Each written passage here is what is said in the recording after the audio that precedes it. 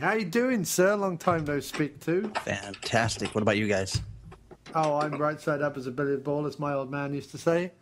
And Paul, it's midnight where you're at right now? Yes, midnight. Midnight at the Paul Croson house. You're a true man. I can stay up till all hours. We know he's a true man. He has 3 daughters. Yeah, no shit, huh? Yeah, right. Oh, shit. and you've been drinking, Mike. What are you drinking tonight? Let us know this. I'm drinking Red Hook pumpkin porter. Nice. Everything's pumpkin in the States, Paul. Once October rolls around, they go pumpkin crazy. Yeah, it's retarded. It is retarded. It really is. Yeah, no, I agree. It's not even tasty. I mean, look, don't get me wrong.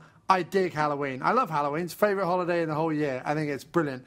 But all the pumpkin stuff is just a bit shash.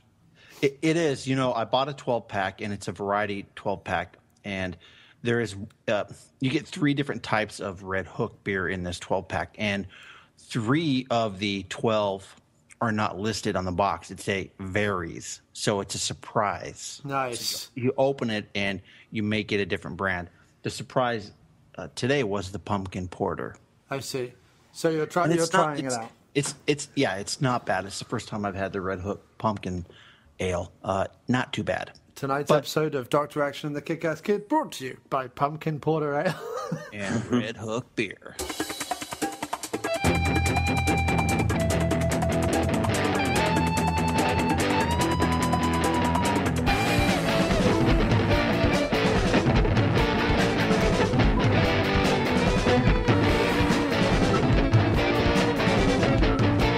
It's the Dr. Action Andy Sidaris Conversation Special.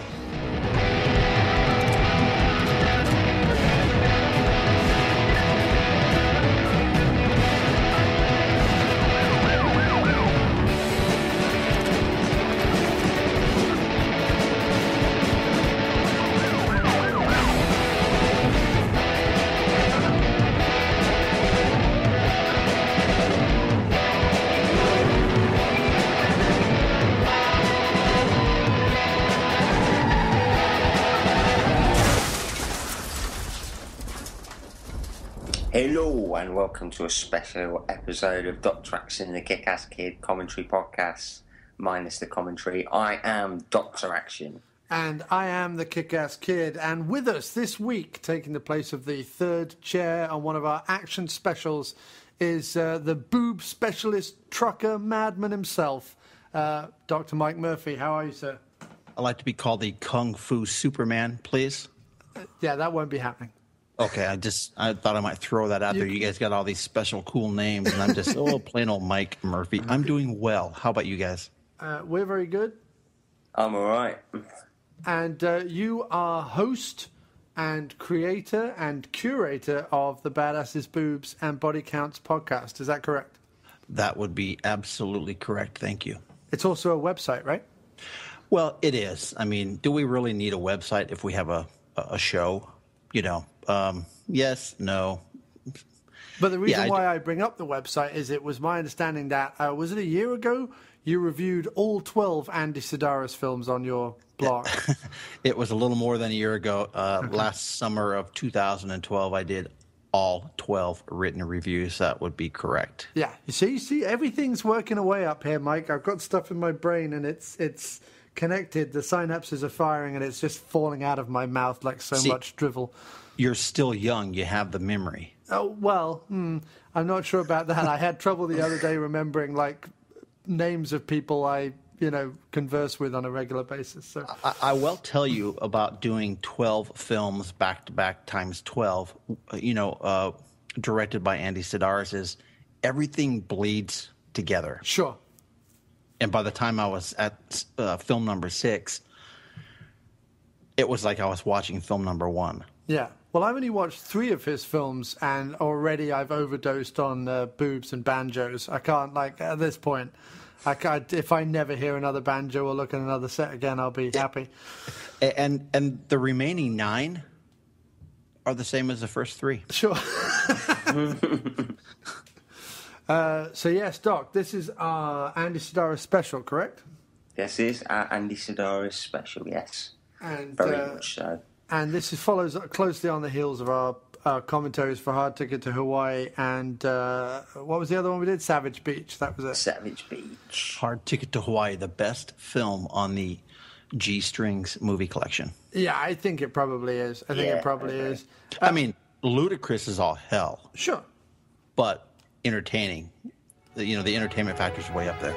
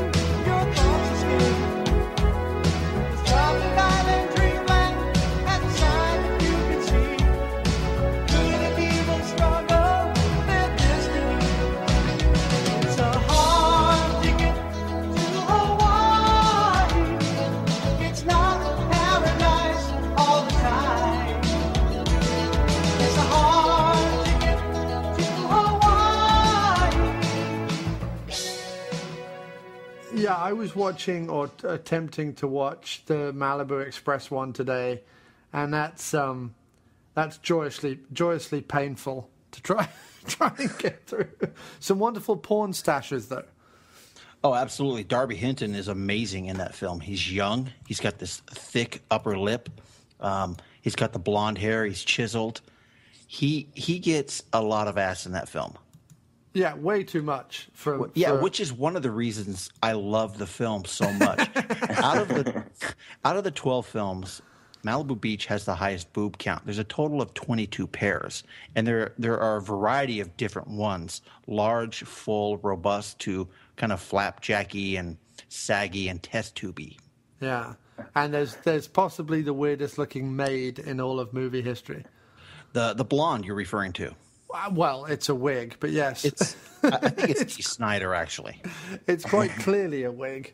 Yeah, I mean, it looks like it could be carpeting that she picked up from a showroom and just knitted together. That's kind of what it looks like. And one of the largest breasted women in that film, and she doesn't take her top off. No, but they are spilling out of that little Halloween dirty maid's outfit that she's wearing. Yeah. So Paul, what's or Doc rather, I should say, what is your history with Sidaris? I've not really seen one before I saw Hard Ticket to Hawaii. It's not until I saw Mike going on about it on Facebook and that you were like, Twitter. Please stop stop going on about it. So I think you guys got the DVD sets I sent you. Yes. Thank you. Excellent. Yeah. I didn't appreciate how mine was sticky, but I managed to wash it off and clean it up before I put it in there. I thought I sent Paul the opened one, but I guess not. No. No. Mine was lovely. Yeah, I saw it's now all sticky. now all sticky, yeah. Yeah, I've not. I had to buy another one because I used up all the goodness on the one that Mike sent me. So, but no, yeah, it's a good little box set, isn't it? Full of womanly action and womanly. Look, I paid like $4.95 each for those. Yeah, you get 12 films. It's a pretty good deal from our peeps over at Mill Creek. Girls, guns, and G-strings. A pumped-up package of centerfold cinema. These lovely, leggy agents might be undercover, but never under-equipped. Bursting with babes, bombs, and bullets. Dominated by dames, danger, and dynamite.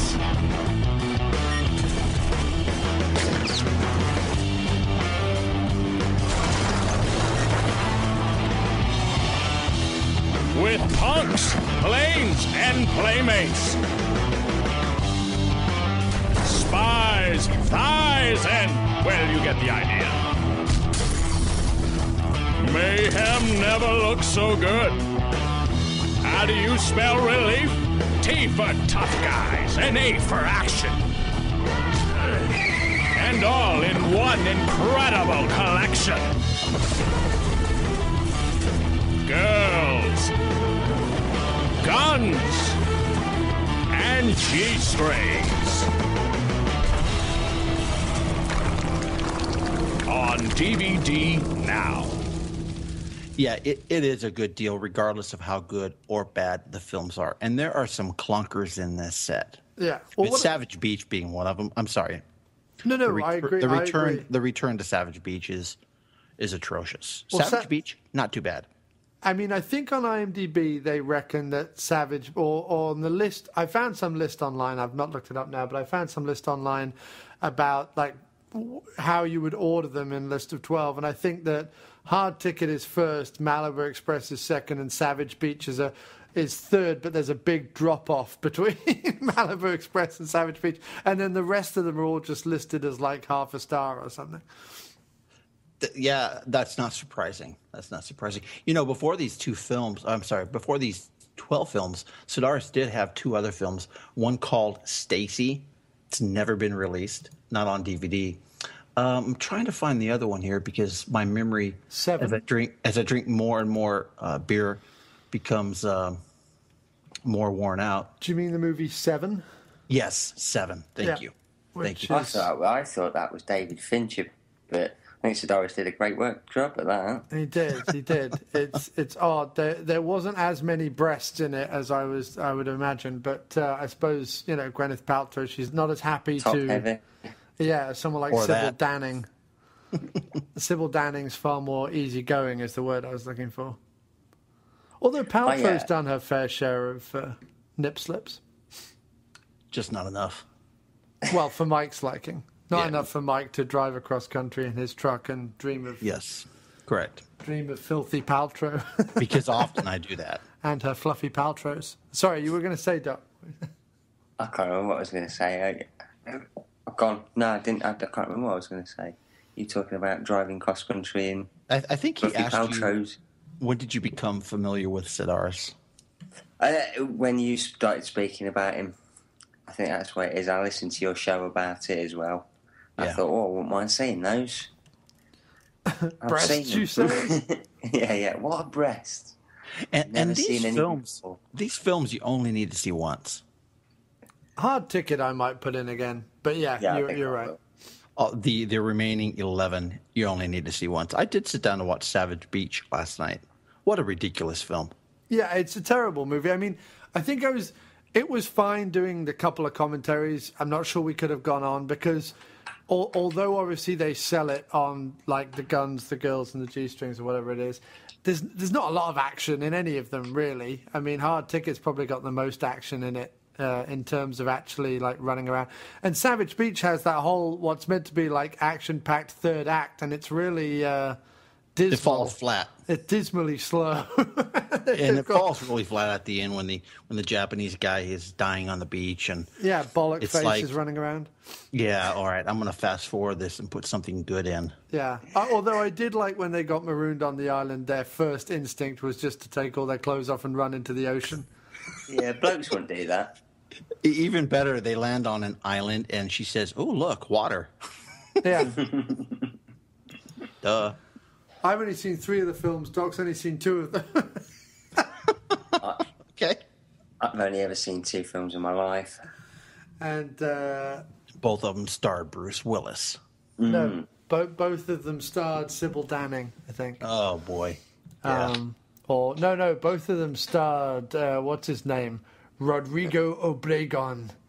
He is absolutely fantastic. Well, that's one word for him. No Sidaris film would be the same without him. Because Sidaris can't make a movie without him. No, absolutely not. No, I quite like Patty Duffick as well, but and you know, during Hard Ticket to Hawaii, towards the end there, I'm thinking, when is this fucking guy gonna die? Because he becomes the Terminator.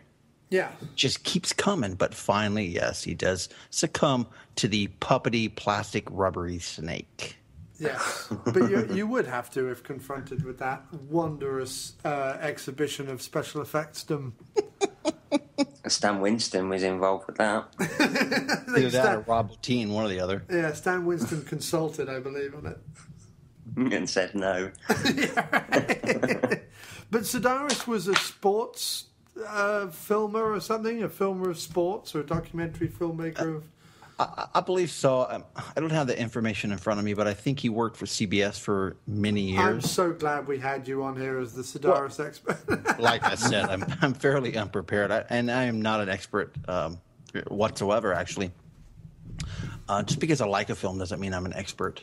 Oh. Anyway, he did work, I think it was for CBS for many years, and he directed a football game on the TV, of course. And the 19th Summer Olympic Games. That's correct. It's kind of where he cut his teeth in TV and film. Well, I should say in TV, and then he obviously went on to do Stacy and Seven, and then decided to put his own money into the coffers to make his own films. Put his money where his balls were. In his that pants. regard, yeah, Or in his wife's mouth, one or the other. You got to respect him for that, for actually going out and using his own money and making something. And obviously, Yeah, initially he did that, but I mean, after once the whole video scene came about and he was able to sell to the video market, that changed. I mean, he was obviously funded for the other films, so yeah. But it was a glorious era. I mean, obviously other indie filmmakers of the time are the same. It was a glorious era where as long as you had enough gore and enough tits, you could really get a movie out into the marketplace. Oh, absolutely, and he had both those, in handfuls. So, especially the tits. I mean, I said it earlier that Malibu Beach has the largest Malibu Express boob count. I'm sorry, Malibu Express. There is a film called Malibu Beach I just watched recently. So, it has the largest boob count of 22 in his films, but every one of his films predicated itself on the naked women. Mm-hmm. So, and that's a good thing. The explosions and the deaths and the shooting and the squibs, they were just all additions to the films. So, but I mean, I think that's why Hard Ticket to Hawaii is the most fondly known. It's because I think there's enough quirky stuff in there. Like, the script is specifically written to be quirky. There's plenty of breasts for people who want that, but there's also some audacious kills and some ridiculous special effects. Yeah, that's correct. I mean, it's over the top. I just don't know why he didn't continue with that formula. Why his then next thing was to just kind of... I mean, he kind of does with Savage Beach, but then sort of shortly after that, he kind of gives up on that formula, and it just continues to be drivel. How many times can you do the same film and get away with it? Well, 12. Yeah. Doc, right, you were going to say something, dude, and I interrupted.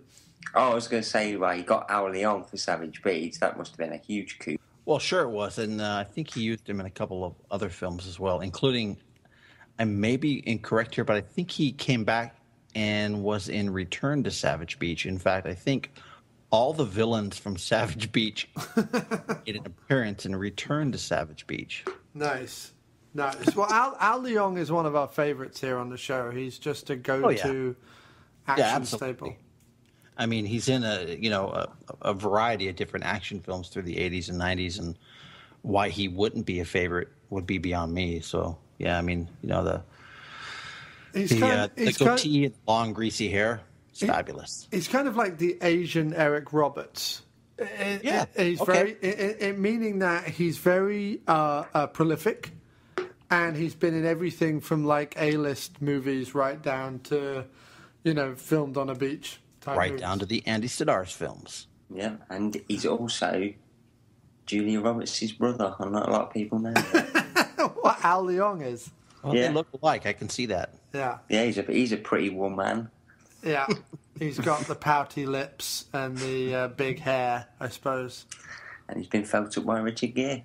Well, and 17 more teeth than he should. Haven't we all been felt up by Richard Gere at some point in our lives? Oh, yes. Excellent. So, Mike, where do you first... Let's talk to Mike now specifically, and then we'll go back to Sidaris later. Where did you... what was your first action experience? Oh, film-wise. Yeah, no, I got that. I was gonna. No, I don't mean your second life that you have as a kind of trucker, come detective, come pussy hound. Well, I'm a little bit older than you gentlemen, so it goes way back to the. So I remember the General with Buster Keaton when the wheel was invented. I would say I started really attaching myself to action films in the early to mid 70s. And with they had with the Dirty Harrys, the Clint Eastwood films. And the cinema owners would come over and go, will you stop attaching yourself to these movies? We can't put it through the camera if you're going to, or the projector rather, if you're going to keep attaching yourself. Please stop that and go sit down in the seat provided. Oh, you're funny. Oh, aren't I funny? Yes, no, Dirty Harry movies. So that was the first one, you think? Yeah, I would say, mid 70s when I first saw Dirty Harry, and then the sequels followed afterwards, of course. Just a variety of different late 70s action films into the 80s. The 80s was really the decade in which action films, I think, got the spotlight. With guys like Sylvester Stallone and Arnold Schwarzenegger and. Yeah. Yeah, exactly. I think Jean-Claude Van Damme, I don't think he's an action star of the 80s. I think he's an action star of the 90s. I'd agree with that. 80s or 90s. That we specialize in both. That's our key area is 80s or 90s. Right. And then, you have Steven Seagal, who kind of came in Talking about me, Johnny? You're talking about me? Since I heard my name mentioned. Greasy hamburger-eating bastard that he is. Hey, I won't be having bad words said about me. I'll set Johnny on you. I have to let you know, actually, Jean-Claude Van Damme started his rise to action stardom in 1986. Okay. With No Retreat, No Surrender. Okay. He didn't really make his mark till the 90s, though. Doc, will you stop disagreeing with me, please? No, I said, Doc, I'm coming down the line. Be your own man and argue with your cohort there. And Arnold Schwarzenegger started in the 60s. No! I was 2. No, I know what you mean. But Steven Seagal, when was Above the Law? That was 88. So, and his second film, Hard to Kill, was that. That's 90. a true story. Above the Law is a true story, Johnny. But I'd still say that Jean-Claude Van Damme made his mark in the 90s. But he did definitely rose to prominence in the 90s. Well, it's like any action star of the 80s. I mean, Arnold started early doing his pumping iron films, all right? Yo, it was like coming when I do my but workout. It was like ejaculation. Yeah. You sound like a cross between Schwarzenegger and Jesus Christ, what's that guy's name? Yeah, I don't you just really said know. it, Jesus Christ.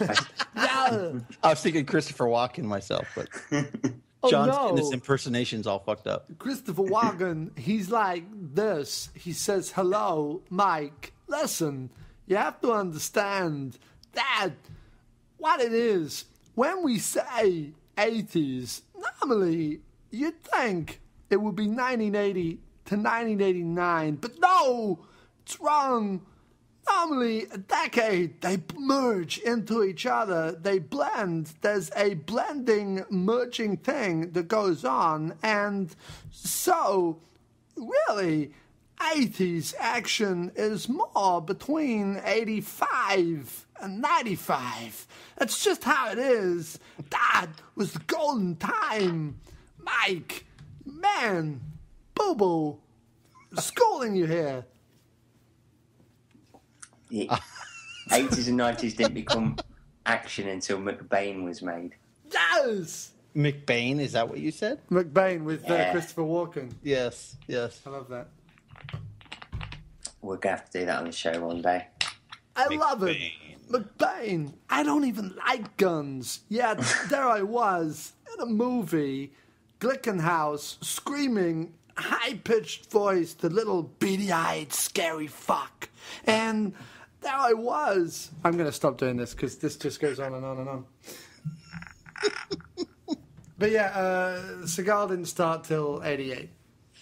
Okay, well, actually, he started before that, but I think his popularity started towards the end of the 80s. No, his first movie as a leading man was in 1988. It was Seven Samurai. Kurosawa. Yeah, but I mean, even the doc said he was in No Retreat, No Surrender in 86. That's Jean-Claude Van Damme. Oh, I'm sorry. Who did you say? Seagal? Seagal, yeah. Yes. Hold on. I'm going to get me another pumpkin porter ale. Yeah, you need more alcohol, I think. I do, yes. But so now, 450 years later, do you feel more attached still to those attached? Look at me, I'm saying it now. Do you feel more drawn towards the 70s, the French Connection, the Dirty Harry, that kind of movie in your heart, or when the 80s hit, did you suddenly yeah, mama, I'm home? I would say, yeah, mama, I'm home. I mean, Nice. 80s was the decade of excess. It's okay? when you came to full manhood. Yes, exactly. It was when I got the measuring tape out and I realized that my penis was smaller than most, but I can make up for that by... I've edged 12 inches long. Is that true? No, it's not true. No, I'm a quarter inch short of that. So, 80s was, as far as I'm concerned, you just said it, or Christopher Walken just said it, between 85 and 95. Yes. That's the golden era of action films. It's true. Mind you, the late 60s and, through the mid 70s was fantastic stuff. It's hard to compete with anything made in the 70s, whether it's good or bad, because it was a very unique decade in terms of filmmaking. But with guys like Schwarzenegger, Stallone, your boy there, the Karate Man, the Bruce Lee fan, from No Retreat, No Surrender, Jean-Claude Van Damme. Right. Yes. He's not a very good actor, but he's a lot of fun to watch. See, I think he's improved considerably as an actor over the years. I think he's got better. I think Jean-Claude Van Damme, and I mean this legitimately, I think he's only got better. I'd agree after Expendables 2. Well, he was terrific in that film. So you're saying he only got better after Expendables 2? I'm saying. I mean, I recently watched what was it? Sudden Death. Okay. His Die Hard in an Ice Rink movie, and he's pretty good in that. I mean, in terms of acting and stunts and fighting and all that stuff. I thought he was awesome in The King's Speech. He's great in The King's Speech. Very small role. You don't really see a lot of him, but where he is, he's fantastic. Lincoln, that was another prime role for him. He was one of the tables in Mary Todd's Back Room. And what else was he in recently that was really good? Behind the Candelabra, that was it, or whatever that was called. He was in that as well as. Look at me, I am Liberace. I believe he played one of Liberace's highly studded spangly cod pieces. I may be wrong, but I believe that's what he was. And also, I wanted to point out this whole era of the 80s, 90s thing, because at the moment we do have a blog running on our website that is top 20 second-tier 80s and 90s action stars. We're on part 2. There's 10 up there already, 10 more coming at you over the following week. Have you looked at those, Mike? I looked at them briefly this morning, yes. And I've seen Eric Roberts was the name you're throwing around as well. Eric Roberts is on there, Dudikoff, Michelle Yeoh, Carl Weathers is on there, my boy Rutger Hauer, Jeff... Which is a fantastic choice. Of course, because as I point out in the blog, I cannot help with this voice anymore. It's like we're one. But no, seriously though, when I was writing the blog, the reason why Hauer is that he's known for all different types of performing, but in that, quintessential period between 86 and like 95, he really does some action classics. I mean, I'll put in Blind Fury every year because it's just such a good movie. You know what I mean? What's most impressive about these lists that you guys are doing is Cynthia Rothrock. Oh yeah, Cynthia Rothrock, which we introduced you to, right? Absolutely, and she's one of my favorites now. Right, and what have you seen of the Rothrock? Oh, just China O'Brien, nothing else. There's no reason to see anything else. It's a good one. It is. And after you watched it, did you go discuss it over a beer? I went and rubbed one out. Nice. Over a beer. Oh, Richard Norton will do that to you. The funny thing, I'll let you in on a little secret, Mike, if you haven't discovered further. The interesting thing about Rothrock is that while on screen, she's obviously fairly innocent, moral, upstanding, proper, covered up, and so on. Sure. Google image her, and I have. It tells a whole other story. I certainly have, and there's plenty of places to see her naked in. Right. Or at least topless, anyway. Not movies, though. No. But she wasn't shy behind closed doors and in front of some leering, perverted Certainly 80s not, but cameraman. I do like the way they portrayed her in film. Yeah, she's it works for the character. Yes, indeed. So we've got, what else? We've got Gary Daniels, of course. Yeah, you got Speakman and Daniels. These Fred guys, they all Williamson. had their time. Yeah. Oh, well, of course, he's a natural for this list. Well, Williamson is forever. Williamson is eternal. Absolutely. There isn't really a bad period of Williamson. You can kind of just jump in and out of his film career. Unless he's actually directing the film. But as far as starring in the film, there are no bad films. What was great was that while I was doing the list, I came up with this great picture of him and Gary Busey on a golf cart. And how come Gary Busey's not on the list? That's what I want to know. The list isn't finished, sir. The list still has 10 more people to go. Excellent. But anyway, Gary Busey and him on a golf cart. So I Googled, what could be the movie that him and Gary Busey are in. They're in, 20 movies together. Wow. So we need to do some of those, Doc, is what I'm saying. Oh, well, that's the thing with the Williamson films. Not very good, but he put a lot of people to work. Yeah, definitely. Not the films that he's in, mind you. Obviously, he was a staple of the 70s blaxploitation era, but I'm referring to the later films where he directed or produced. He kept a lot of those people working, for paychecks. Oh, yeah, so that's definitely. Good, whether or not the films were good, and they usually weren't, kept people employed. Listen, he got original gangsters made with Our Lady of the Blessed Breast, Pam Grier, and yes. And all Jim Brown and Richard Roundtree and all those guys in it. Robert Forster, yeah. Wings Hauser, Charles Napier, Ron O'Neill. I mean, it's a movie that has Shaft, Superfly, The Hammer, Foxy Brown. I mean, all in one movie. You can't really go wrong. The Expendables of blaxploitation. And that's what they need to make.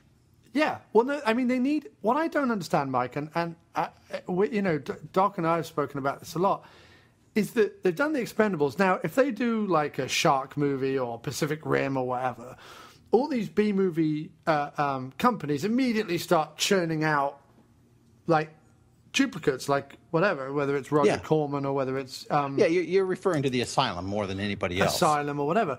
Sure. Why are they not doing... there should be a female one, I have a blaxploitation one, a B-movie one. There should be... It makes no sense to me because there's money to be made. Right. And the money to be made is almost... The time to make that money is almost over because Expendables 1, huge hit. Then Expendables 2 comes out, not so big a hit, but big enough to get nice a third surprise. one. Right. Yeah.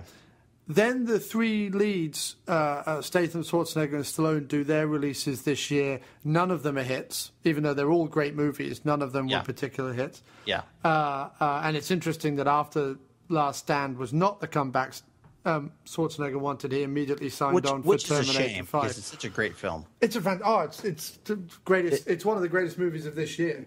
Yeah, and although I did enjoy the Stallone action film, Bullet to the Head, not nearly as good as Schwarzenegger's comeback film. Yeah, but he's signed on now for not only a zombie movie, which of course big business, but also Terminator. Is it 5 now or 6? Yeah, it's rumored to be in the 50s as well. What, set in the 1950s? If you can swallow that, the rumor is that the Terminator 5 is set in the 50s. Correct. Wow. I have no idea where they'd go with that. Did you hear about that, Doc? I didn't hear about that. It's different. There you go. You heard it first on the Dr. Action and Kick-Ass Kid commentary. Do you mean... Are you writing it, Mike? I am not writing it. Oh. They want to be able to. They want to be able to sell it, so I'm not writing it. Does that mean Schwarzenegger's going to be doing like Bebop-A-Lula and going down to the local sock hop or something? Or I have no idea. Twisting it up in a diner? Yeah. You're the one that they want.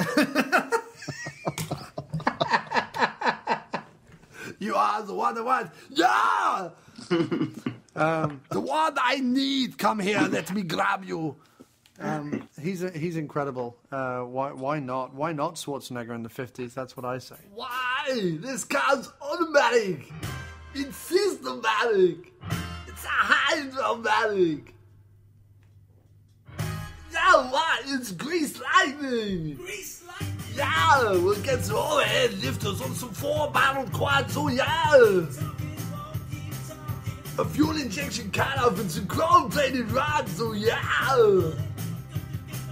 With the 4-speed on the floor, then we waiting at the door. You know there ain't no shit when we getting lots of mate pit and grease lightning. Woohoo! Go grease lightning, you're burning up the quarter-mile. I said a go grease lightning, you're close to do the heat lab trial.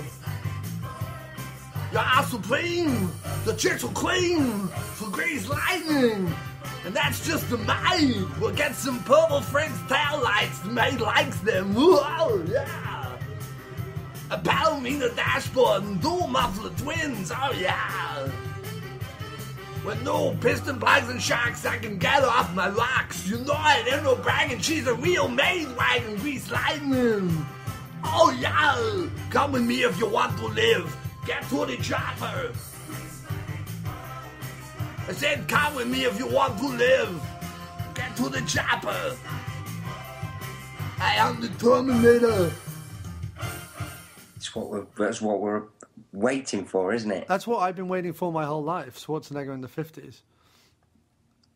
Can't wait. Yeah. I hope he shakes a tail feather or does the twist or takes little Anne-Marie out to the high school prom or something. I'm glad to see you guys have... Sho Noguchi on your list. You mean Sho Kosugi? I'm sorry, Kosugi. I'm sorry, yes. It's the beer speaking. I'm glad to see he's made the list. Of course. He was the go-to ninja in the, absolutely. In the prime 80s ninja craze. Although, you see, back in the 80s when they had the video releasing, and I'm kind of waiting for, like, Netflix and Hulu and all this to sort of be this second wave. Because back when they had the ability to distribute cheaply on VHS... I mean, I've been collecting a lot of those reissues on DVD and stuff like that. They made, you know, once the ninja films were big, obviously they made like 500 ninja films. I mean, I put in the article that Godfrey Ho, prolific Chinese director of a lot of these, made no less than 45 films with the word ninja in the title in the 1980s alone. Wow. So that works out as 4.5 films a year. All called something ninja. And, you know, they churn these things out. The same with the Expendables type picture, the mercenary pictures. There are tons and tons of them. Once you have, like, you got war pics, like, you know, obviously Dirty Dozen, Inglourious Bastards, things like that. But then they kind of merge into these mercenary pics of the 80s, and there's, like, tons and tons of them. You know, and Williamson's in a bunch of those as well. I don't know why they're not doing that again with either straight to Hulu or straight to Netflix or straight to Vimeo or whatever the fuck you want to do, you know. I think it all sell. War films will never stop being made anyway. So, yeah, that's very true. I just think whether or not they'd be any good is a different story. Yeah, they'll all still be made. They'll all still be made. What do we think about Schwarzenegger and Stallone coming up in Escape Plan? Do you think it's going to be a hit? I think it's going to be a hit. It already has 7 out of 10 on IMDb from the Comic-Con screening alone. I'd be willing to bet it's going to do badly in the box office because people are retarded. I have a feeling that should be on the poster. Yeah. I have a feeling, though, that this one might be a hit. It's coming out in the sleepier autumnal months. Now, besides the Expendables, have they appeared in the same film together in the past? I don't believe they have, correct? No, this will be the first one where it's just them. It's predominantly them as the lead male characters. Wow, that's gonna be something to watch. Yeah, I mean it's going to be incredible. Look, in the trailer, but Arnie has a big gun and leaps off a helicopter, which I'm pretty sure explodes. So there doesn't really need to be anything else in the movie. Don't you think this is kind of a Tango and Cash remake? Maybe? Of course, it's Tango and Cash. I love it. Then I love it. Yeah, of course, it's Tango and Cash. It's I'll miss Kurt Russell, but I'll still love it. Right, it's Lock Up. It's any one of those, and it's set in the future with plexiglass prisons that are impossible to break out of, unless you have a big gun and an exploding helicopter in your Arnold. Lock Up meets Tango and Cash meets The Running Man. Yeah, that's basically what it is. And look, it's coming out in the period where all the other studios are going, well, yes, we must put out our Oscar favourites now. So we're just going to get... That's what Schwarzenegger and Stallone are doing. If there was an Oscar for how many big guns you could get into a movie, Schwarzenegger might win. Oh, I think he'd have won every year since he's been starring in movies. Yeah, I'm looking forward to it. I can't wait for it. Yeah, it's going to be the best release, along with Machete Kills of the autumn period, I think. Yeah, I would agree. I went to the theater today, and I was just watching the Machete Kills preview, and I'm all, wow, this looks really good. I'm not a big fan of the first film. I didn't think it was that well done, but I get it, and it's a lot of fun to watch. I think Jessica Alba was kind of miscast in the film. I feel like the second movie is going to be more my type of thing. I do too. The second movie looks gleefully more like a kind of Planet Terror type vibe. Yes. See, the thing which I love Planet Terror, my problem with Machete, the first one, was that I think I'd seen and liked the trailer so much for so long from the Grindhouse movie that all the other scenes felt really just kind of ham-fistedly slotted into place around the bits that we wanted to see from the trailer. Mm-hmm. And it didn't flow and wasn't as funny or as exciting as it could have been. But I think that with Machete Kills, it's going to be all hands on deck. It's going to be completely nuts, I think. No, I would agree. I think my biggest issue with the first film is the fact that Jessica Alba was, I think, heavily miscast. I didn't care for her in that film. I know she's in the sequel. Oddly enough, my issue is not with Steven Seagal. I really enjoyed that greasy, hamburger-eating fatty in that film. Well, and he added another nationality to his string of... He added another 100 pounds for the role. That's his twin brother. Because what's his nationality in it, Doc? Portuguese, Spanish. That's it. Chilean. Yeah. Japanese. All the things he's not. Yeah. Because he's a half Jewish kid from Detroit, but he keeps going on and on like he's from fucking down south or Russia. He went to Russia recently and would say, yeah, Johnny, I'm Russian. My mom was Russian. My dad was Russian. Everybody was Russian. Shalom, Johnny. Hey, do you want some gumbo? Oh, no, wait. That's when I'm in Louisiana. I'm not in Louisiana right now. I'm in Russia. So I got to pretend to be Russian. It's like and then when he's like in the ghetto, he's like talking black to everybody.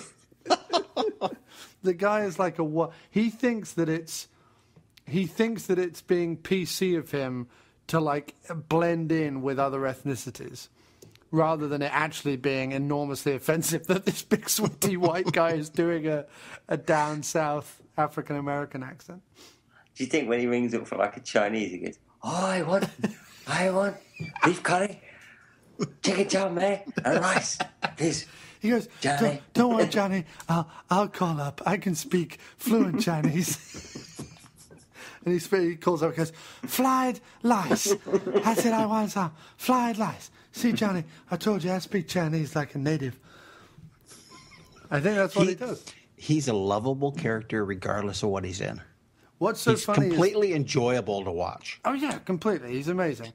The belief that he has in his own nonsense is an inspiration.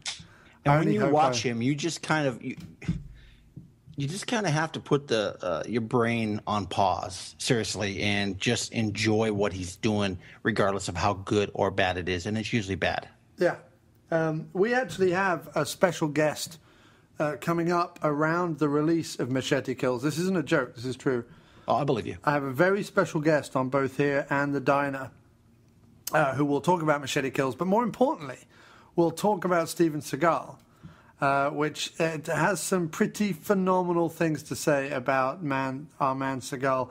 And not a moment too soon, because Kelly LeBrock is about to besmirch his good name by releasing her long-awaited autobiography that we've It's going to be very interesting. We've all been on tenterhooks just waiting for Kelly LeBrock to write a book. Thank God so she's still alive, huh? Yeah, Doc and I have been sat around for years. Not for long. Yeah, not for long. I used to be in the CIA, Johnny. Someone write a negative word about me, they don't turn up for breakfast the next day. Imagine if she confirms everything that he says. Yeah, it's all true. You guys would shit your pants. I would love it. I think it would be amazing. He is Jewish, Russian, Chinese, Japanese, Cajun. Chilean, Spanish. He was in the CIA, the FBI. He is 1/18th African American. He got 5 golden stars when he worked at McDonald's. He knows jiu-jitsu, taekwondo. He doesn't know Aikido, karate, and he once ate a fucking elephant. Routinely eats an elephant, I think, or a moose whole. But no, she's about to write her book. But no, so we have a special guest. So people can listen out if you're a fan of Machete Kills. And in fact, if you're a fan of the last 30 years of cinema, that's right, people, we have a guest, 30 years of cinema in the making. So he's at least 30 years old. That's not a word of a lie. He will be on the show and on the After Movie Diner very soon. Very soon. When does Machete Kills get released? October 10th? 14th? I've 2 weeks. got I think 11th I've got. October 11th, yeah, you're right. So, nice. Yes, around about the 11th. Well, that'll be a Friday. So probably the Monday after it comes out. Or maybe the Thursday before. I don't know. We'll wait and see. But there will be a special guest on both Dr. Action and the After Movie Diner, which I was very exciting. Oh no! But between you and me, Mike, it is awesomely exciting. I don't doubt it for 1 second. I can't even bear to think about the excitement that everyone's going to feel. After that, it's Machete Kills again in space. That's awesome. Are they doing a third one? Machete gets an upgrade. Is that true? In space, yeah, if you look on IMDb. Yeah, that's accurate. I believe it. I like that he cast Seagal in the first one. I wish the Seagal was somehow in the second one as well. He'd probably knocking on Robert Rodriguez's door saying, "Yeah, why don't I play a twin brother like Jean-Claude Van Damme?" See, I wish they were bringing Jean-Claude Van Damme back for Expendables 3 as a twin brother to Villan. It could be Alan Villan or something, or Eric Villan or something. And they're currently shooting that film, correct? They are in Bulgaria as we speak. And Kelsey Grammer has joined the Expendables. So I heard. That's ridiculous. But well, we'll see how it goes. Like I said, what was it that I rattled off last week, Doc? A whole long list of people.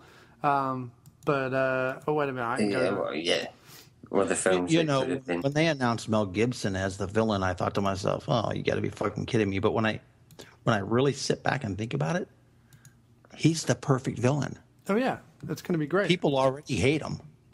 But as I said, so why not embrace that hatred and spend the rest of your career playing villains like this? Of course, I think Mel Gibson looks perfect in Machete Kills as well. Oh yeah, absolutely.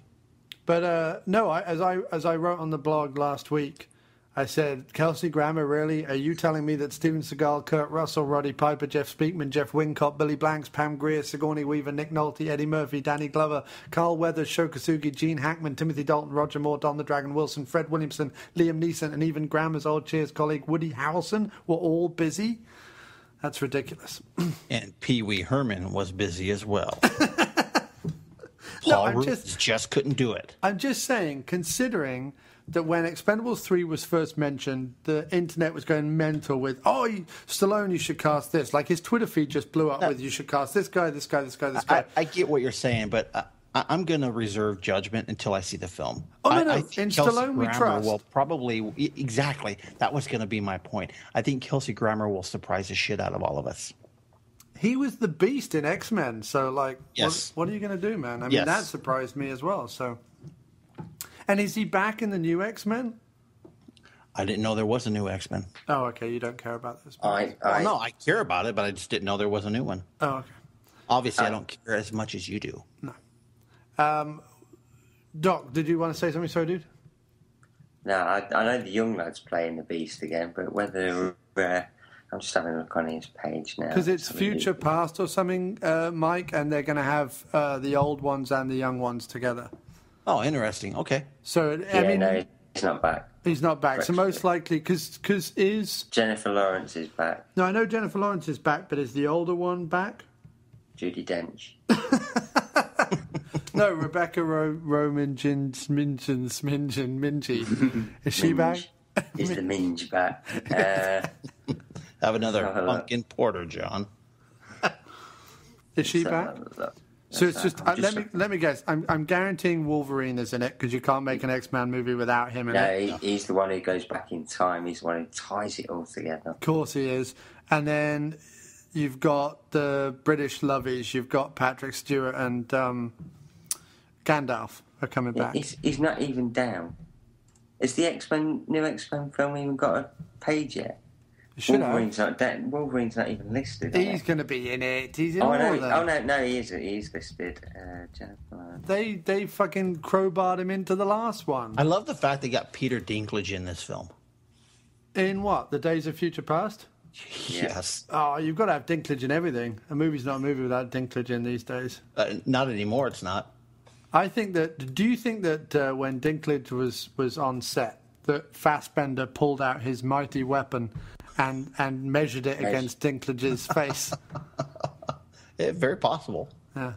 And Ellen Page is back as well. Yeah. So she's one from the original group. Yeah. Which is interesting. And Anna Paquin. Oh, fuck. I hate Paquin. Oh, fucking Halle Berry's back as well. Halle Berry's back. Oh, great. Yeah, I don't care for her myself. I've really missed Berry and Paquin from the X-Men franchise. Couple of fucking loonies right there. I was sat at home going, fuck, I don't want them to make another X-Men unless they have fucking Berry and Paquin in it. My favourite double act. I don't watch a film unless Berry or Paquin show up and stink the fucking film out with their rubbishness. They really are a pair of fucking useless... Well, let's say Wolverine stabs him first thing. let's hope they turn evil. And by killing them, Famke Janssen comes back to life and we can actually watch a decent female X-Men again. And I have to point out as well, I quite like the fact that at no point no political correct feminist group has gone, I think it should be X-person, actually. I'm so glad about that. Let's do this X-Men and let's make it X-person. Yeah, I won't go and see it. I won't go and see it until you change it. Good. Never change it then, because we don't want your kind here in the cinema. We are so off topic, it's glorious. Let's, Doc, ask Mike something. When did you first get interested in Andy Sidaris films, Mike? Well, I don't know if interested is the right word to use there, but I first caught a lot of his stuff in the early 90s before he was through making films, through video, of course. So, yeah.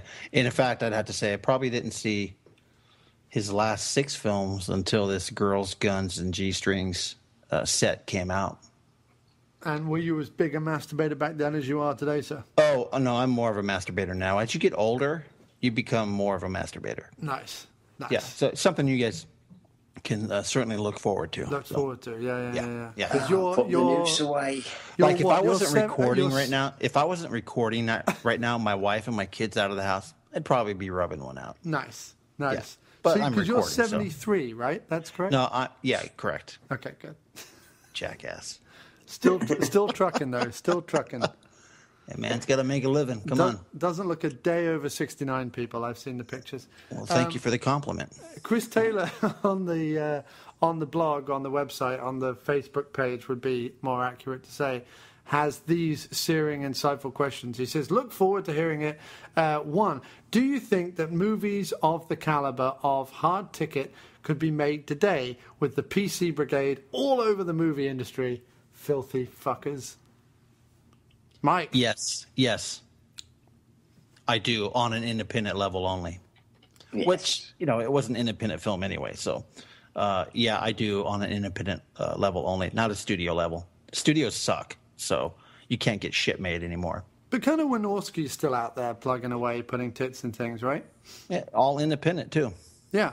I mean, Yeah. I think that the problem is now, to answer the question seriously, I think the problem is now with folks like Wynorski, who's a gentleman and a scholar and a fantastic guy. But I think the problem is that a lot of the movies he does is for like Skinamax or whatever, and therefore he's forced to put more tits in it and less story than he would necessarily like. Well, that's what he's being paid to do. Of course. So making a film without that, it's more difficult to do because there's a lot less interest in it. Right, exactly. Unfortunately. At least for his audience. Right, but I'm just saying that it would be nice if... I think if anyone could do the new Sidaris type films, it would be Wynorski, but it would take something like Skinamax to go, okay, well, we'll put up with only having 2 sex scenes in this rather than 8, and then we'll have some scenes with some guns and violence as well. They haven't quite got there yet, but they might do. Wynorski would be the man to watch, I think. What do you reckon, Doc? I'd agree. The Doc is being so quiet today. I feel bad, like I'm... He's sleeping. He's asleep. I won't wake him up then. It's midnight where he is, and he's probably been at it all day like a filthy pony. It's Mike's right. I've been masturbating all day. Yeah. See? I knew it. You know what? It helps to admit it. It does. Together in this private place. So, question 2. Of the 3 movies you mentioned, which is your top pick? Which films did you mention again? Malibu Beach, Savage Express, and Hard Ticket to Benidorm. For me, it's Hard Ticket number 1, Malibu Express number 2, and Picasso Trigger number 3. I know you didn't mention that, but those are my top 3 Sidaris films. But pertaining to his question, obviously Savage Beach would come in number 3. Nice. Doc? Hard Ticket to Hawaii, Savage Beach.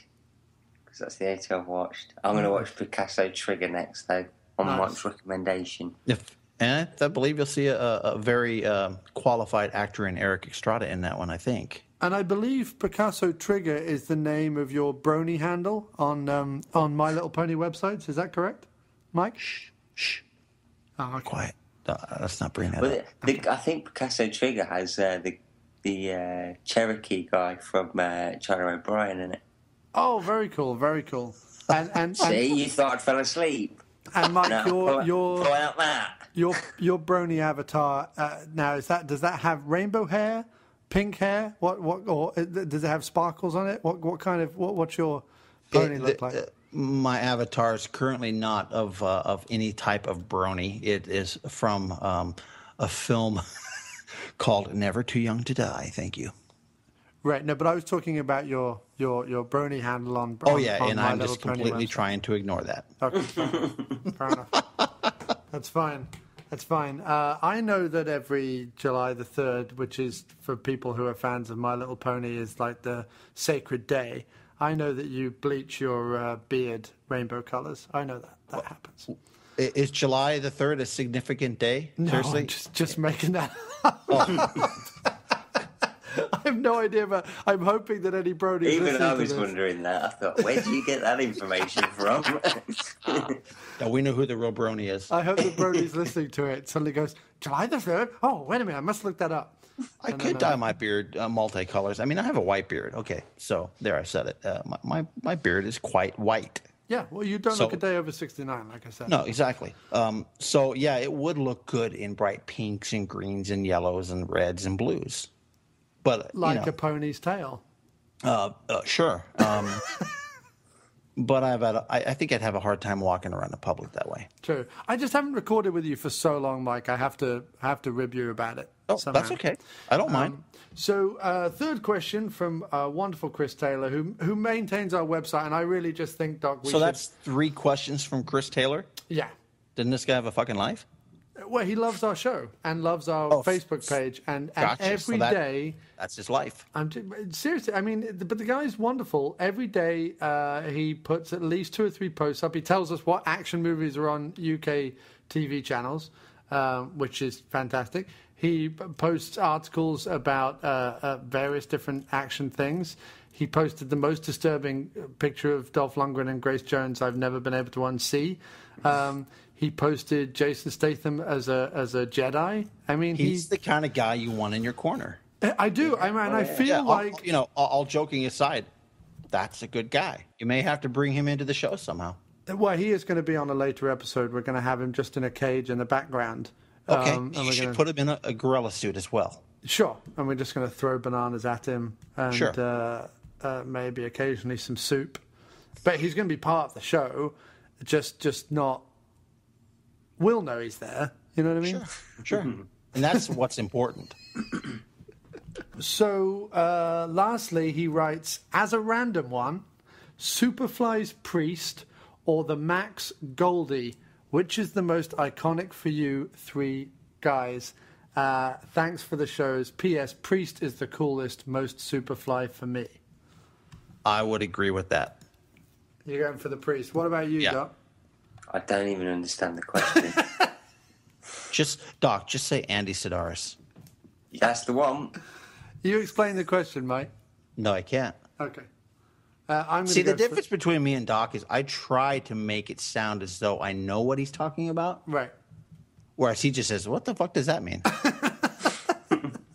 The Doc is honest to a fault. Yes, exactly. I'm going to say, just to be different to you, Mike, the Max Goldie, but really I prefer the Priest. Okay. But ultimately I'm with Doc. I've seen the movie Superfly. Superfly the film. I've seen that. Yeah, so have I. So since you've seen it, that's the default. Right. Yeah. I've seen Superfly. I'm going to go for Superfly. If he means Priest, does he mean the Paul Bettany one? Or does he mean Priest, the film starring Robert Carlyle that was done in the 90s with...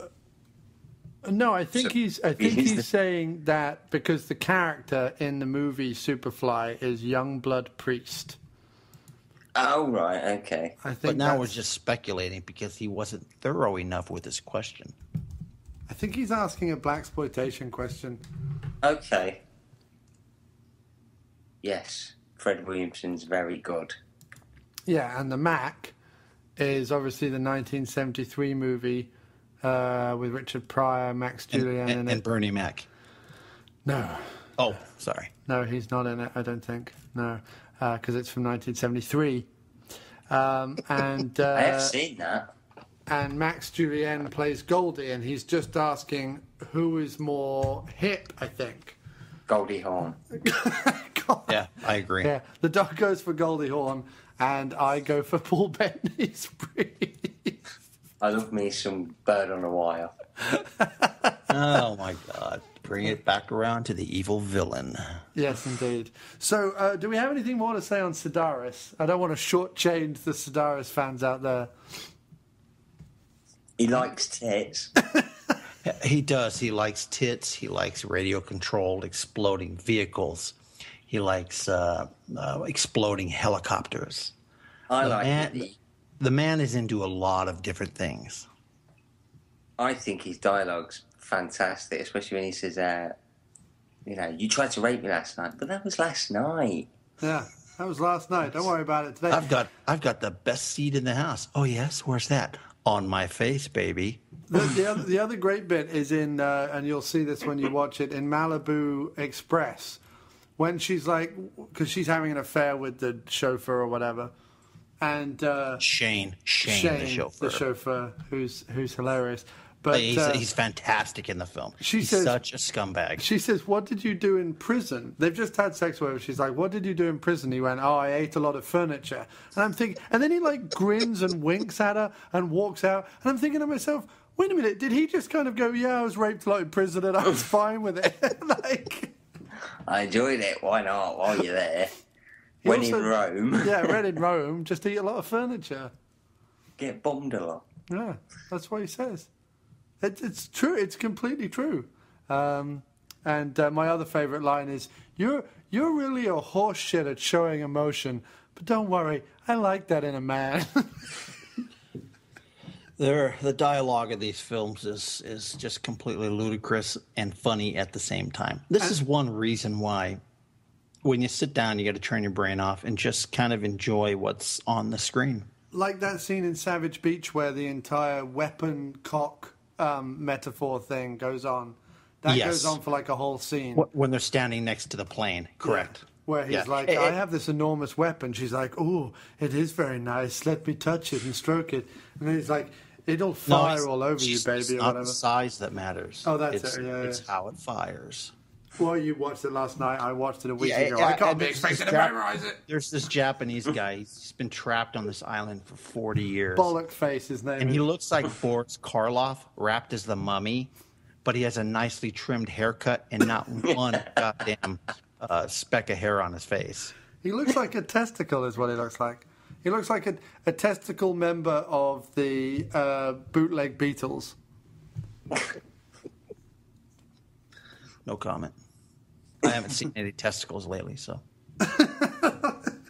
Including my own. Is that because of the gut, or is that because you had them removed? Both. Okay. I always cover mine.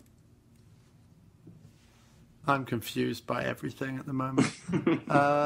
Doc, what's your favourite scene in all of the Sidaris you've seen? I like it when she takes the pineapple and she just pulls the top off and there's drugs in it. I think that in a zip tie bag. It's funny. Yeah, I think that's cunning to a T. My favourite line is in that scene where she's like, "Oh, I've got my badge," or whatever, and he's like, "Oh, that's interesting. I've got a shotgun." A shotgun? I know you guys haven't seen any of the later films, but I would urge you to see anything that Shay Marks is in, because she's just stunningly gorgeous and well worth watching, even though the films are shit. Is that your favourite girl from all the Sidaris? I would say she's my favorite Sidaris girl, Shay Marks. Yeah, she is just stunning. Yeah. My favourite woman's Lynn Shay. Have you seen her? She was in There's Something About Mary, the old woman. I just don't feel well all of a sudden. There's actually a family in Malibu Express, Doc, called the Buffingtons, and it's Bobo Buffington, Doreen Buffington, and P.L. Buffington.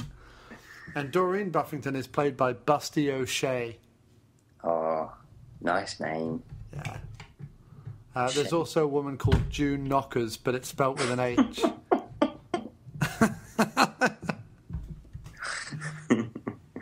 June Knockers. Yeah. She's a bit all right. Wait, what film's that? Malibu Express? Yeah. It's got a good poster as Malibu Express. June Knockers. But my favourite actress in all of them is Kimberly MacArthur. Who's she? Was she? Which one's she? She's only in Malibu Express, but she was in Slumber Party Massacre 2. Fuck that out. She was in Young Doctors in Love. Oh, she's dead now. She was in Playmate Playoffs. Ooh. Sounds good. I just used the restroom. Were you listening to us? I used the restroom. I grabbed another pumpkin porter, and the family is officially home. Oh, okay. So you need to wrap this up? Yeah. Okay, no problem. And that was it this week for... No, Well, we were talking about the beautiful women of Andy Sidaris. One thing about Sidaris, regardless of how good or bad his films are, the women are all very beautiful because he uses ex-Playboy and Penthouse models. Yeah. So you can't go wrong there. My favorite is Kimberly MacArthur. She only has a small role as one of the women from the boat next door in Malibu Express, but she also appears in Slumber Party Massacre 2. Oh, that's right. That's correct. And in Malibu Express, she's in the shower with another woman, of course. She is, yes. Yeah, it's wonderful. In fact, both of those women are very nice. Both of the, yes. What are they, Faye and, what's the other one's name? Faye and May. Barbara Edwards is the other one. And old Darby Hinton there is so busy on the phone that he doesn't have time for him, sadly. No. But then again, we've already come to the conclusion that he gets laid as often as he wishes. Well, there's a whole montage in Malibu Express where he goes out with her ladyship, the Contessa Luciano, whatever her name is. And they have shrimp. He's had sex in the afternoon with the woman on the racetrack. Then he goes out and has shrimp, and then he has sex with the Contessa at the very end of the night. And I'm just thinking his mustache must smell like not very harbor good. at low tide. Let's not forget about the topless car dealer in the middle of the desert. Right, but that's not the same day that he. It doesn't matter. A topless car dealer in the middle of a desert. Yeah. Well, that's you got to give happens. Andy Sidaris credit. He said, I want the fastest thing on this lot. And she's like, I'm the fastest thing on this lot, honey. Yeah. That's a good scene. I don't know if it's good or not, but it's there. What are your favorite? Okay, top 5 Sidaris moments, Mike. I think number 1 would have to be from Hard Ticket to Hawaii. The 40-year-old skateboarder getting blown up by the rocket launcher. Yeah, that's a good one. I prefer the razor blade frisbee, personally. That's a good one as well. That's a good one as well. Anytime the snake makes an appearance, I would say number 2 would be the battle between our favorite Hispanic actor Rodrigo Obregon. He battles with the snake at the end and finally dies. That's number 2 for me. Yeah. And really number 3, 4, and 5 could be a variety of any moments in any of Sidaris's films, because again, these films start to blend, and it's difficult to remember what scenes are from what movies. I mean, after maybe 4 or 5 films, you only remember the people in the films. You know, Mr. Miyagi. I can't remember his name for some reason. Pat Morita. He's, I think, in Do or Die. And then you got the Chips officer. What the fuck's his name? Eric Estrada. Eric Estrada. You only start remembering the people in the films, but you don't necessarily remember the films that they were in, if that makes sense. Yeah, I mean, for me, I think Hard Ticket to Hawaii, it's not quite up there with Samurai Cop, but it's sort of in that ballpark. It's got more than just the, breasts going for it kind of thing. Yeah, there are moments in the film that are memorable other than the nudity, correct? Right.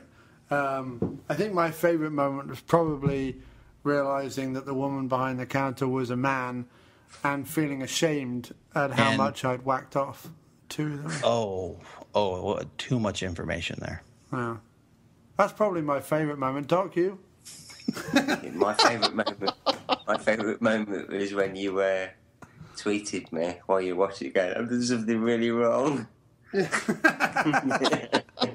actually Skyped you and I was crying. That was the worst thing. I just touched myself when it's a man. Yeah. That's funny. And but you didn't know. Come on. I sent Mike a picture. And here's the question I'll pose to you guys. If you meet a really hot woman in a bar and you take her home and you get all hot and heavy and you take her panties off and find out she's a man, do you continue? No, I would probably be able to tell. Especially if she's got a beard. Yeah. At the 5 o'clock shadow. There is a disturbing reveal in a drag club in Malibu Express where there is a drag queen dressed up in like an Arabian veil thing and pulls the veil back to discover this goatee beard. Oh, it's just disturbing. It's like Kenny Everett. You probably don't know who Kenny Everett is, Mike, but No, I don't. he was a bearded comedian in the UK, and he would sometimes do a comedy drag character, but would have big fake tits and big blonde hair, but this beard, he would never shave his beard, obviously, to play the character. That's funny. Yeah, it reminded me of that. It'll be on YouTube, old Kenny Everett. Yeah, Kenny Everett. He used to do a character, Mike. It was very subtle, but she was called Cupid Stunt. And she was like an old Hollywood actress. And this was on like family TV. This was primetime family TV, and she was a character called Cupid Stunt. That's interesting. That's British television in the 80s and 70s for you. Before the BBC had fucking standards. Before they got their hands on it. No, before they had political correctness standards and practices. Okay. And morals. What was really, really funny about it was in the 80s there was actually a big group, this big moral majority group led by Mrs. Whitehouse and the whole fucking religious group of the light and blah, blah, blah, blah, blah. And we're going to censor this and censor that and this is whatever. And they lost all the they never won a case ever. It was like all the movies got released and all the TV shows and everything. And the 80s were awash with violence and tits and swear words and whatever. And then like the 90s to the 2000s, where there was no opposition whatsoever, all of a sudden things got really like politically correct and sterile, even though no one was really objecting at that point. I don't understand. I'm looking at an interesting list on the IMDb, most problematic filmmakers, and Andy Sidaris is listed as number 1, right above Uwe Boll. No, you see, I don't agree with that. No, I don't either. It says incapable of creating titillation or excitement in already intentionally lame B movies. This man shows what else you can do on a near zero budget level. Yet, I'll gladly bet you that, a nice English this guy has here, that he could have all the money in the world that Michael Bay has and still deliver the same type of excitement or excrement. And I don't agree with that either. No, because I have to say, one of the things I want to say about Sidaris movies is they don't look half bad. They look all right. They look pretty good.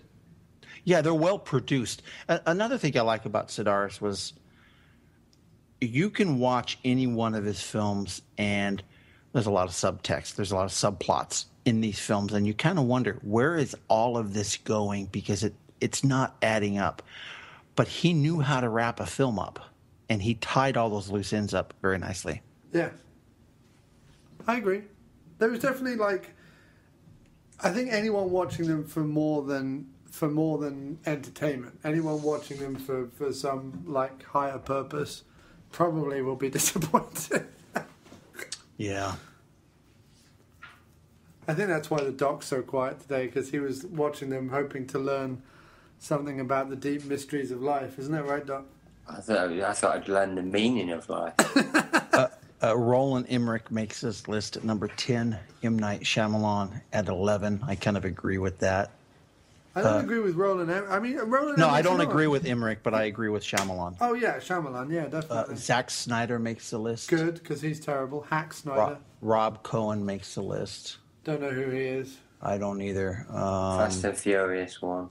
Yeah, that's it. Oh, well, no, he shouldn't be on the list. And a few others that... the guy who did Fast and Furious 2 should be on the list, but not 1. I'm flogged. Yeah, Mark Neveldine makes it, which he should. Ghost Rider, Spirit of Vengeance. I know you like that, John. That's not a bad film, actually. It's not a bad film. I don't know how Mark Neveldine makes it, because they've done some really good... Crank 1, Crank 2... He made it for that, for the Spirit of Vengeance. And that's very much a crankish type of films. The worst directors of all time? Most problematic. Most problematic directors. The worst directors of all time has a list of 284 people on it. So that's just all the directors there. The most problematic filmmakers. Yeah. Nick Cage is actually on this list, which is kind of odd. I don't think he's a filmmaker. No. Well, so's Anyway. the cinematographer for Speed. Jandy Bond. No, Andrei Bartkowiak. And Sofia Coppola's on this. Yeah, I don't agree with almost any of this stuff. Dennis Dugan's on here? Come on. Sofia Coppola's gotten better looking as she's gotten older. So's Francis.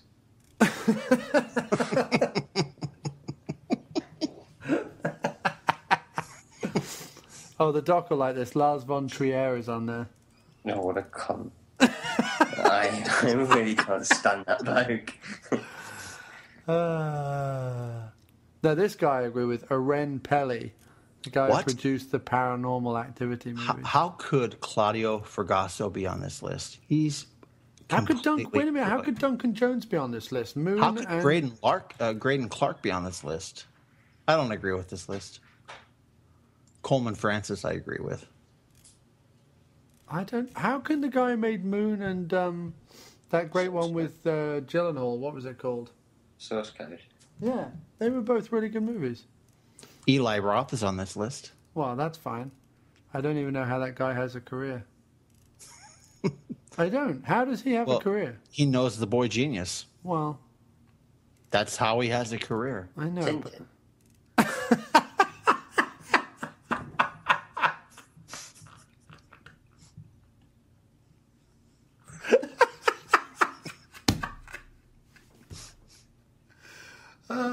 Mike, do you see why I wrote Doc into being a podcaster? The man is just, he's got the wit. He doesn't say much, but when he does, it's gold. Yes. But this will go up. It'll be a little bit into October, but this was basically meant to be our last of the Sidaris month, and then we will.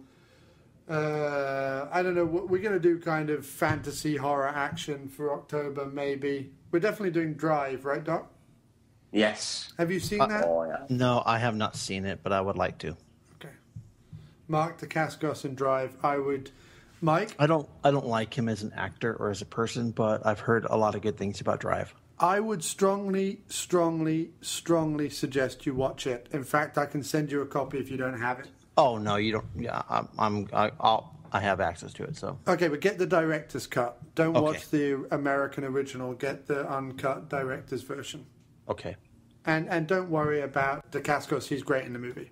Oh, excellent. Why don't you like him personally? What's he ever done to you? No, he hasn't.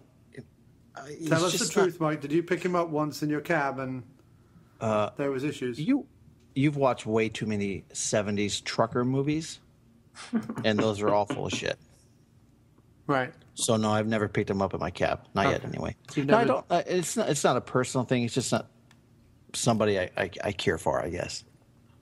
I don't go out of my way to find films that he's associated with. Oh, somebody you care for doesn't like him. No, I don't like him. Oh, okay. No reason. I just some people rub you the wrong way. Okay, fair enough. I like to rub you the wrong way, but you asked me to. Well, that's different. You said that doing that is the way that you can get off the quickest. Yeah, and we could be friends that way too. Do you have anything else, Doc, to ask Mike? Doc, are you still there? That I could lie about. I'm just thinking of it. Who would you like to be rubbed the wrong way by? From an Andy Sidaris film. No, Go from on, any- then. We'll bring it back around to the episode. I would have Yeah. to say Shay Marks. I'd have said Erica Estrada. He'd be a close second. Maybe Shay Marks while he watches. Yeah, I think he's got a lovely pair of chips. Danny Trejo is also featured in one of the Sidaris films, so he can watch as well. Yeah. That's not a bad idea, it's Is that pre-prison, Trejo? No, it's immediately after prison. Oh, okay.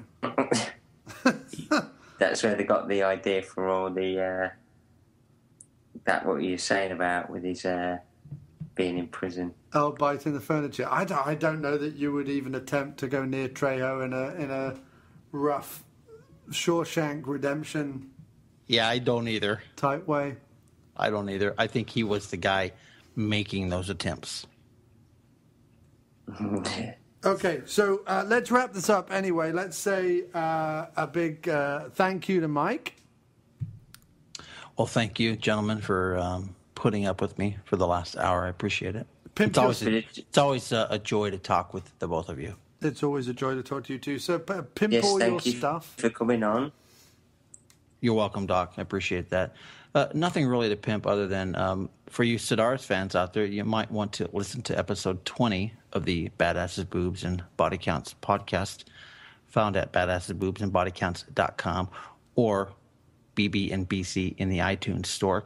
We do cover hard ticket to we cover hard ticket to Hawaii and Malibu Express, and we also have about a 30-minute interview with Andy Sidaris' wife Arlene Sidaris. That's very intriguing to say the least. So outside of that, I'm not going to plug anything. Nice. Neither one of you, that's for sure. Okay, excellent, good. Well, I've been plugged well and truly already today, and the doc doesn't go in for such hijinks this late in the evening. He's missing out. He's all stuffed full of lard and Kendall mint cake at this point in the evening. Isn't that right, Doc? You know me so well. He feasts. He's like he doesn't eat normally during the day. He's like one of those hoarder guys. He feasts very ravenously between the hours of. It's like a leech or a mosquito. He's like a feeder between like 10:30 and midnight. He just shoves it in and hoards it in his sacks, and then through the rest of the day it's sort of dispelled about his body, and then he has to have lots of lard and Kendall mint cake the next night. Did you say sacks? Yeah. Oh, interesting. Okay. Anyway, that's it for this week's show. I have been the Kick-Ass Kid. I have been Dr. Action. And I'm pretty sure I've been boring as all hell. Nonsense. And we'll be back again next week with our exclusive commentary for Lincoln.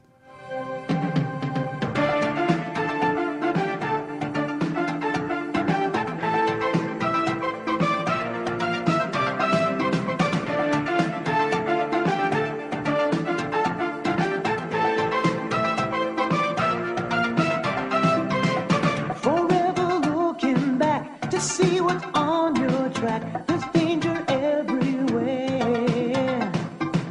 For every step you take, there's two to make you break. It seems you can't get there.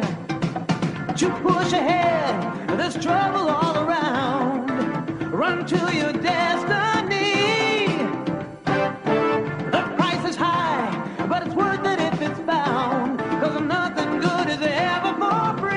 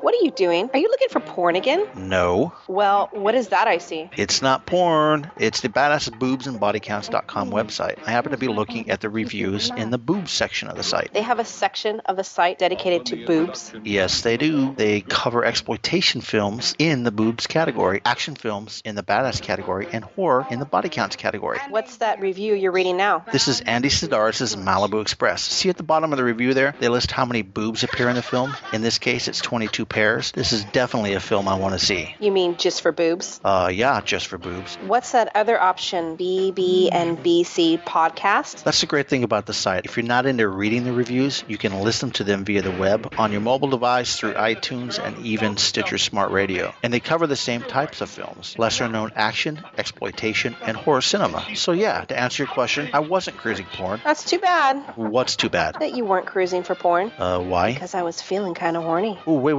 Get back here. Hey, get back here. There are men, and then there are second unit podcast men.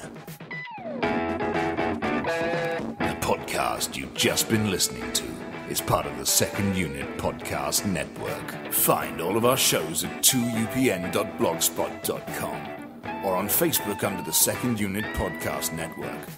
Our fantastic list of shows include Drunk on VHS, We Came from the Basement, No Budget Nightmares, The After Movie Diner, Dr. Action and the Kick-Ass Kid, and Bloodbaths and Boomsticks. Take one podcast into the shower. Don't be a blithering idiot, Alan. We can give you the multiple podcast cleansing system all in one place that your hair deserves. Our programming is available across all platforms, from iTunes to Podomatic, TalkShoe to Stitcher, so you have absolutely no excuse. Listen today, and a free naked person of your choice will be shipped from Thailand to your door in a matter of weeks. The Second Unit Podcast Network, bringing you the action and leaving the boring stuff to the other guys. Bloody hell. Who does a girl have to blow around here to get a decent beverage?